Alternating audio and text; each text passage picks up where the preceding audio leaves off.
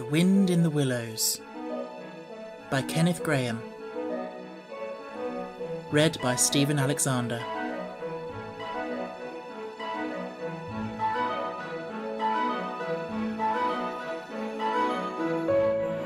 The Open Road. "Ratty," said the mole suddenly, one bright summer morning, "if you please, I want to ask you a favour." The rat was sitting on the riverbank, singing a little song.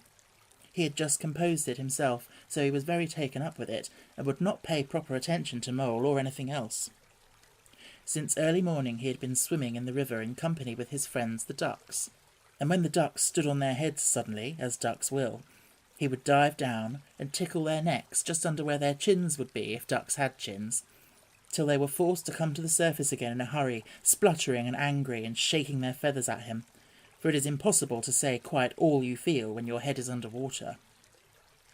At last they implored him to go away and attend to his own affairs and leave them to mind theirs. So the rat went away and sat on the riverbank in the sun and made up a song about them, which he called Duck's Ditty. All along the backwater, through the rushes tall, ducks are a-dabbling, up tails all. Ducks' tails, drakes' tails, yellow feet a-quiver, yellow bills all out of sight, busy in the river. "I don't know that I think so very much of that little song, Rat," observed the mole cautiously. He was no poet himself, and didn't care who knew it, and he had a candid nature. "Nor don't the ducks neither," replied the rat cheerfully. "They say, why can't fellows be allowed to do what they like, when they like, and as they like, instead of other fellows sitting on banks, watching them all the time and making remarks and poetry and things about them? What nonsense it all is! That's what the ducks say." So it is, said the mole with great heartiness. "No, it isn't," cried the rat indignantly. "Well, then, it isn't, replied the mole soothingly. "But what I wanted to ask you was, won't you take me to call on Mr. Toad? I've heard so much about him, and I do so want to make his acquaintance." "Why, certainly," said the good-natured rat, jumping to his feet and dismissing poetry from his mind for the day. "Get the boat out, and we'll paddle up there at once. It's never the wrong time to call on Toad. Early or late, he's always the same fellow. Always good-tempered, always glad to see you, always sorry when you go." "He must be a very nice animal," observed the mole, as he got into the boat and took the sculls, while the rat settled himself comfortably in the stern. "He is indeed the best of animals," replied Rat. "So simple, so good-natured, and so affectionate. Perhaps he is not very clever. We can't all be geniuses, and it may be that he is both boastful and conceited. But he has got some great qualities, has Toady." Rounding a bend in the river, they came in sight of a handsome, dignified old house of mellowed red brick, with well-kept lawns reaching down to the water's edge. "There's Toad Hall," said the rat. "And that creek on the left, where the notice board says, 'Private, no landing allowed,' leads to his boathouse, where we'll leave the boat. The stables are over there to the right. That's the banqueting hall you're looking at now. Very old, that is. Toad is rather rich, you know, and this really is one of the nicest houses in these parts, though we never admit as much to Toad." They glided up the creek, and the mole shipped his sculls as they passed into the shadow of a large boathouse. Here they saw many handsome boats slung from the crossbeams or hauled up on a slip, but none in the water, and the place had an unused and deserted air. The rat looked around him. "I understand," said he. "Boating is played out. He's tired of it, and done with it.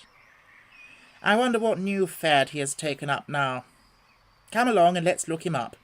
We shall hear all about it quite soon enough." They disembarked and strolled across the gay flower-decked lawns in search of Toad, whom they presently happened upon, resting in a wicker garden chair, with a preoccupied expression of face, and a large map spread out on his knees. "Hooray!" he cried, jumping up on seeing them. "This is splendid!"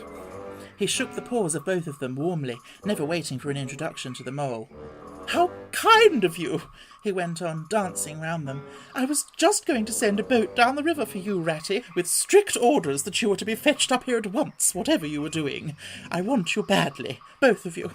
Now, what will you take? Come inside and have something. You don't know how lucky it is you're turning up just now." "Let's sit quiet a bit, Toady," said the rat, throwing himself into an easy chair, while the mole took another by the side of him, and made some civil remark about Toad's delightful residence. "Finest house on the whole river," cried Toad boisterously. "Or anywhere else, for that matter," he could not help adding. Here the rat nudged the mole. Unfortunately, the Toad saw him do it, and turned very red. There was a moment's painful silence. Then Toad burst out laughing. "All right, Ratty," he said. "It's only my way, you know. And it's not such a very bad house, is it? You know you rather like it yourself. Now look here, let's be sensible.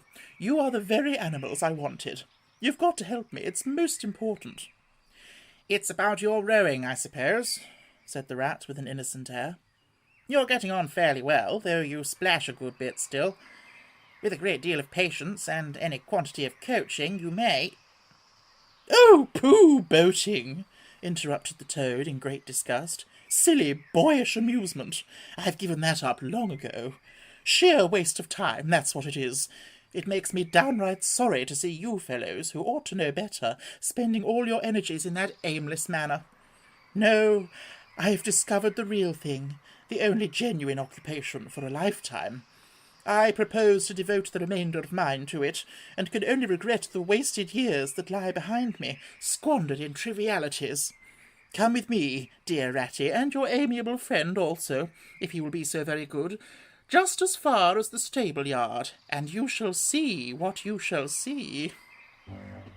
He led the way to the stable-yard accordingly, the rat following with a most mistrustful expression, and there, drawn out of the coach-house into the open, they saw a gipsy caravan, shining with newness, painted a canary yellow picked out with green, and red wheels. "There you are!" cried the Toad, straddling and expanding himself. "There's real life for you, embodied in that little cart. The open road, the dusty highway, the heath, the common, the hedgerows, the rolling downs, camps, villages, towns, cities, here today, up and off to somewhere else tomorrow. Travel, change, interest, excitement, the whole world before you, and a horizon that's always changing. And mind, this is the finest cart of its sort that was ever built, without any exception. Come inside and look at the arrangements. Planned them all myself, I did." The mole was tremendously interested and excited, and followed him eagerly up the steps and into the interior of the caravan. The rat only snorted and thrust his hands deep into his pockets, remaining where he was. It was indeed very compact and comfortable. Little sleeping bunks, a little table that folded up against the wall, a cooking stove, lockers, bookshelves, a bird cage with a bird in it, and pots, pans, jugs, and kettles of every size and variety. "All complete," said the Toad triumphantly, pulling open a locker. "You see, biscuits, potted lobster, sardines, everything you could possibly want. Soda water here, baccy there, letter paper, bacon, jam, cards, and dominoes. You'll find," he continued, as they descended the steps again, "you'll find that nothing whatever has been forgotten when we make our start this afternoon." "I beg your pardon," said the rat slowly as he chewed a straw, "but did I overhear you say something about we and start and this afternoon?" "Now, you dear good old Ratty," said Toad imploringly, "don't begin talking in that stiff and sniffy sort of way, because you know you've got to come. I can't possibly manage without you, so please consider it settled, and don't argue. It's the one thing I can't stand. You surely don't mean to stick to your dull, fusty old river all your life, and just live in a hole in a bank and boat. I want to show you the world. I'm going to make an animal of you, my boy." I don't care, said the rat doggedly. I'm not coming, and that's flat. And I am going to stick to my old river, and live in a hole, and boat, as I've always done. And what's more, Mole's going to stick to me, and do as I do, aren't you, Mole? Of course I am, said the Mole loyally. I'll always stick to you, Rat, and what you say is to be, has got to be. All the same, it sounds as if it might have been, well, rather fun, you know, he added wistfully. Poor Mole. The life adventurous was so new a thing to him, and so thrilling, and this fresh aspect of it was so tempting, and he had fallen in love at first sight with the canary-coloured cart and all its little fitments. The rat saw what was passing in his mind, and wavered. He hated disappointing people, and he was fond of the Mole, and would do almost anything to oblige him. Toad was watching both of them closely. "Come along in and have some lunch," he said diplomatically, "and we'll talk it over. We needn't decide anything in a hurry. Of course, I don't really care. I only want to give pleasure to you fellows. Live for others. That's my motto in life." During luncheon, which was excellent, of course, as everything at Toad Hall always was, the Toad simply let himself go. Disregarding the rat, he proceeded to play upon the inexperienced Mole as on a harp. Naturally a voluble animal, and always mastered by his imagination, he painted the prospects of the trip and the joys of the open life and the roadside in such glowing colours that the Mole could hardly sit in his chair for excitement. Somehow, it soon seemed taken for granted by all three of them that the trip was a settled thing, and the rat, though still unconvinced in his mind, allowed his good nature to override his personal objections. He could not bear to disappoint his two friends, who were already deep in schemes and anticipations, planning out each day's separate occupation for several weeks ahead. When they were quite ready, the now triumphant Toad led his companions to the paddock and set them to capture the old grey horse, who, without having been consulted, and to his own extreme annoyance, had been told off by Toad for the dustiest job in this dusty expedition. He frankly preferred the paddock, and took a deal of catching. Meantime, Toad packed the lockers still tighter with necessaries, and hung nose-bags, nets of onions, bundles of hay, and baskets from the bottom of the cart.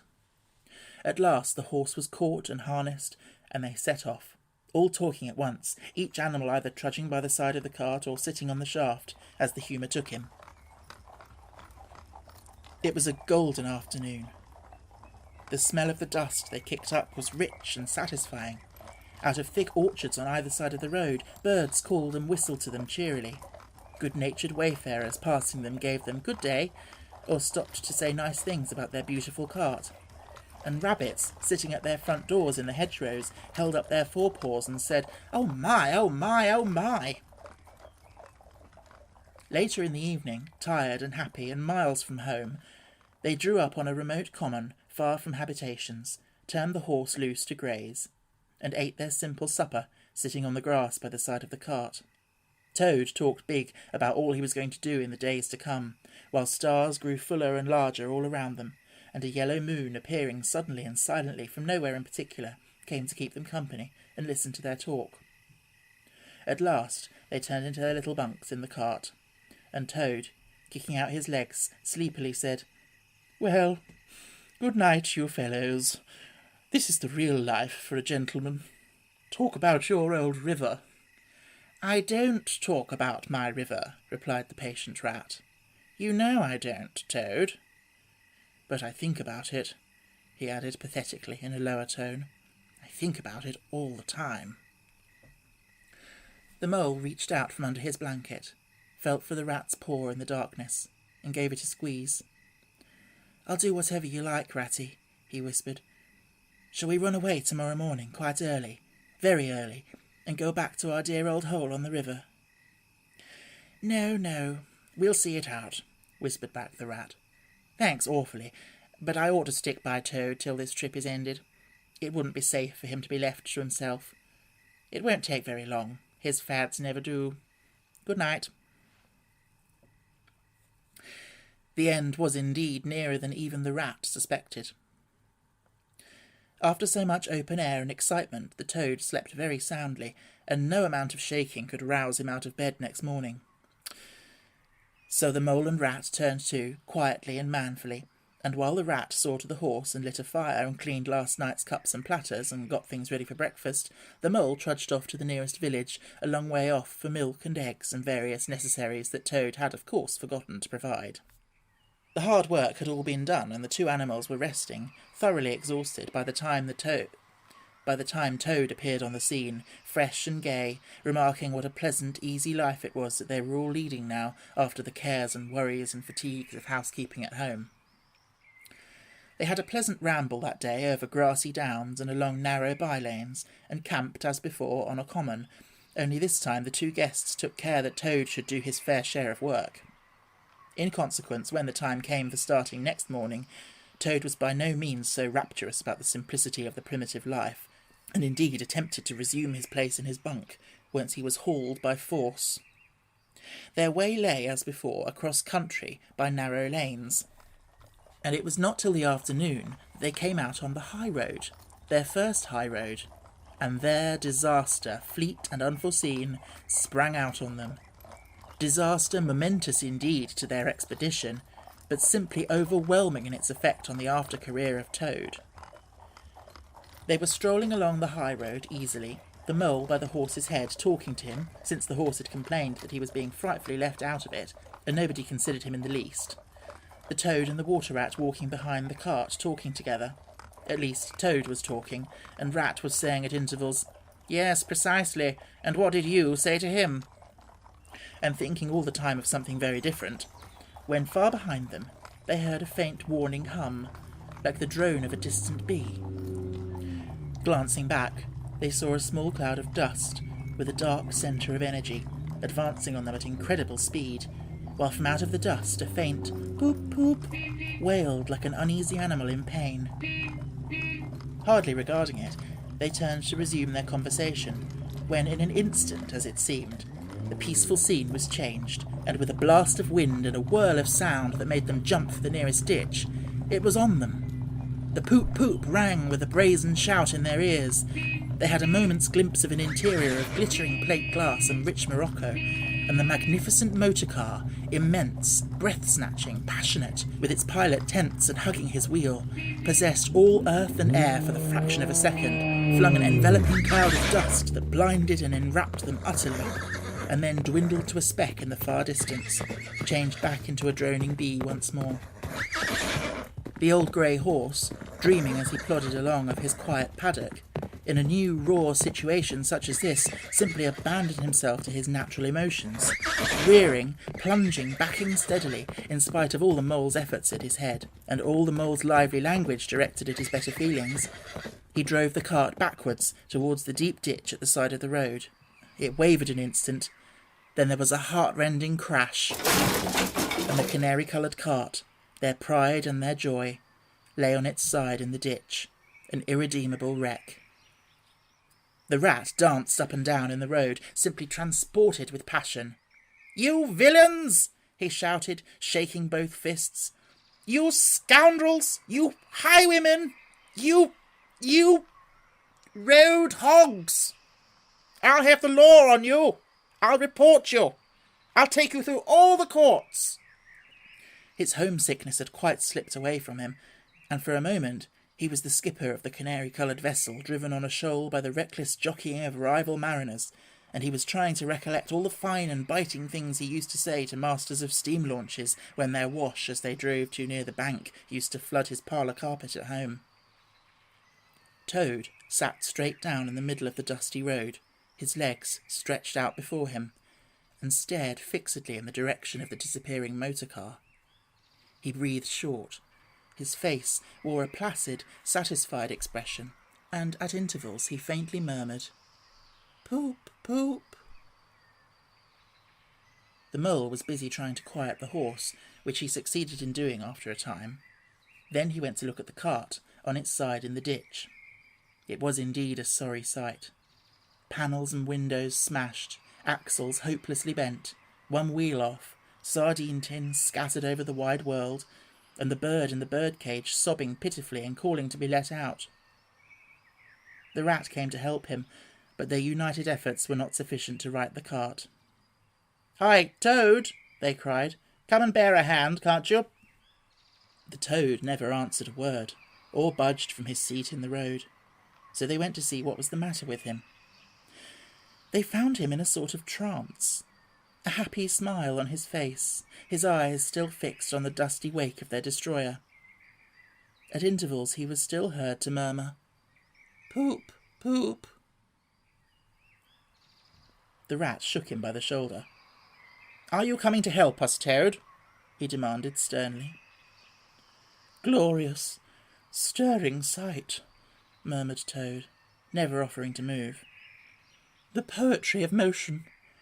The real way to travel. The only way to travel.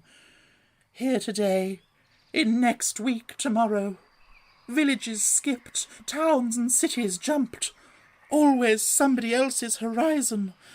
Oh bliss, oh poop, poop, oh my, oh my." "Oh, stop being an ass, Toad," cried the mole despairingly. "And to think I never knew," went on the toad in a dreamy monotone, "all those wasted years that lie behind me. I never knew, never even dreamt. But now that I know, now that I fully realise, oh, what a flowery track lies spread before me henceforth. What dust clouds shall spring up behind me as I speed on my reckless way. What carts I shall fling carelessly into the ditch in the wake of my magnificent onset. Horrid little carts, common carts, canary-coloured carts." "What are we to do with him?" asked the mole of the water rat. "Nothing at all," replied the rat firmly, "because there is really nothing to be done. You see, I know him from of old. He is now possessed. He has got a new craze, and it always takes him that way in its first stage. He'll continue like that for days now, like an animal walking in a happy dream, quite useless for all practical purposes. Never mind him. Let's go and see what there is to be done about the cart." A careful inspection showed them that even if they succeeded in righting it by themselves, the cart would travel no longer. The axles were in a hopeless state, and the missing wheel was shattered into pieces.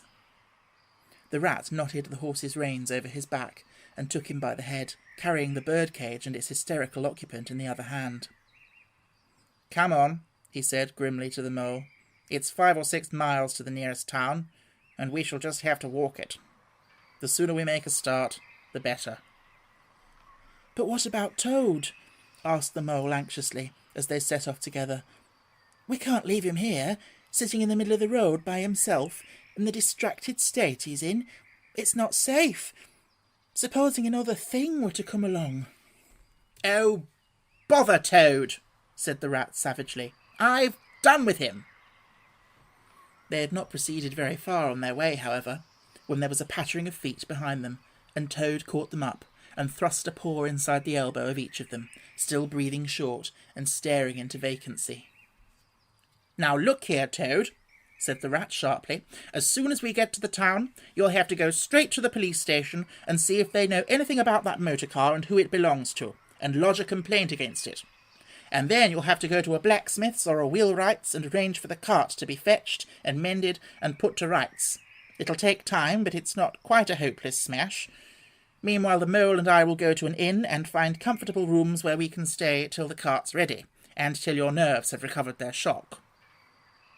"Police station? Complaint?" murmured Toad dreamily.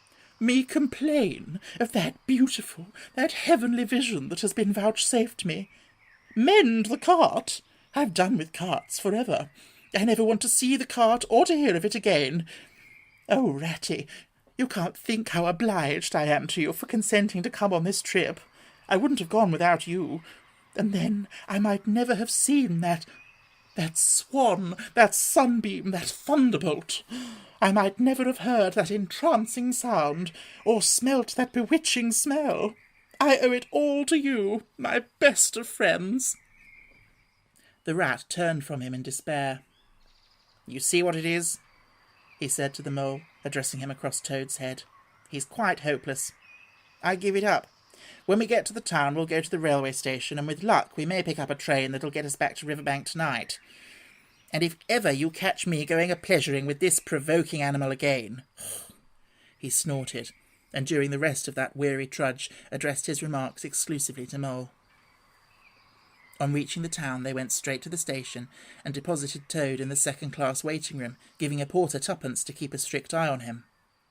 Then they left the horse at an inn stable, and gave what directions they could about the cart and its contents. Eventually, a slow train having landed them at a station not very far from Toad Hall, they escorted the spellbound, sleepwalking Toad to his door, put him inside it, and instructed his housekeeper to feed him, undress him, and put him to bed. Then they got out their boat from the boathouse, sculled down the river home, and at a very late hour sat down to supper in their own cosy riverside parlour, to the Rat's great joy and contentment. The following evening the Mole, who had risen late and taken things very easy all day, was sitting on the bank fishing, when the Rat, who had been looking up his friends and gossiping, came strolling along to find him. "Heard the news?" he said.